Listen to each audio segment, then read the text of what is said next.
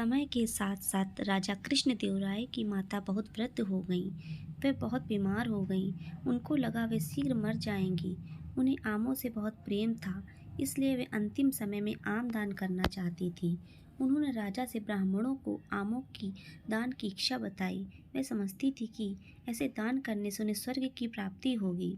कुछ दिनों बाद राजा की माता बिना अंतिम इच्छा पूरी किए ही मृत्यु को प्राप्त हो गईं।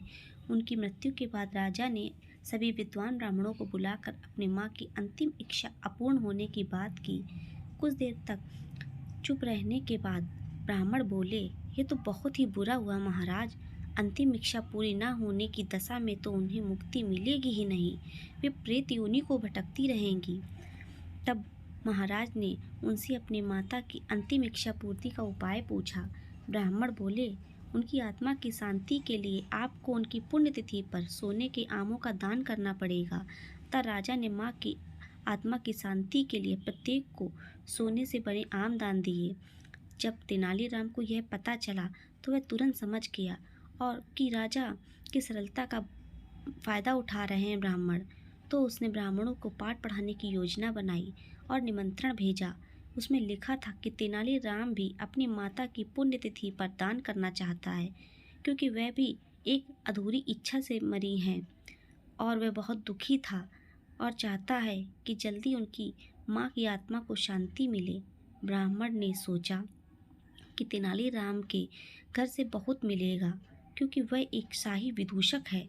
सभी ब्राह्मण निश्चित दिन तेनालीराम के घर पहुँचे। ब्राह्मणों को स्वादिष्ट भोजन दिया गया। भोजन के बाद सभी दान मिलने की प्रतीक्षा कर रहे थे। तभी उन्होंने देखा कि तेनालीराम लोहे के सलाखों को आग में गर्म कर रहा है। पूछने पर कहा, मेरी माँ फोड़ों के दर्द से परेशान थी। मृत्यु के समय उन्हें दर्द हो रहा था। मैं कर्म सलाखें कर ही रहा था कि उनकी मृत्यु हो गई। आपके साथ वैसा ही करना चाहता हूँ। यह सुनकर ब्राह्मण बौखला गए। वे वहाँ से तुरंत चले जाना चाहते थे।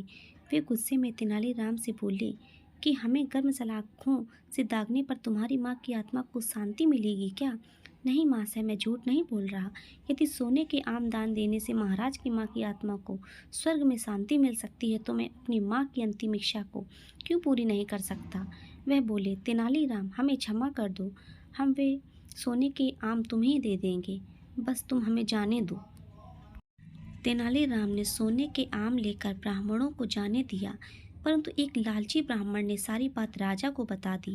ये सुनकर राजा क्रोधित हो गए और उन्होंने तेनालीराम को बुलाया। वे बोले, तेनालीराम, यदि तुम्हें सोने के आम ही चाहिए थे तो मुझसे मांग लेते। तुम इतने लालची कैसे हो गए कि तुमने ब्राह्मणों से सोने के आम ले लिए? महाराज, मैं लालची नहीं हूँ, तेनालीराम ने कहा। अपितु मैं तो उनकी लालच की प्रवृत्ति को रोक रहा था। यदि वे आपकी माँ की पुण्यतिथि पर सोने के आम ग्रहण कर सकते हैं तो मेरी माँ की पुण्यतिथि पर लोहे की गर्म सलाखों को क्यों नहीं झेल सकते? राजा तेनालीराम की बातों का अर्थ समझ गए। उन्होंने ब्राह्मणों को बुलाया और भविष्य में लालच को त्यागने की बात कही।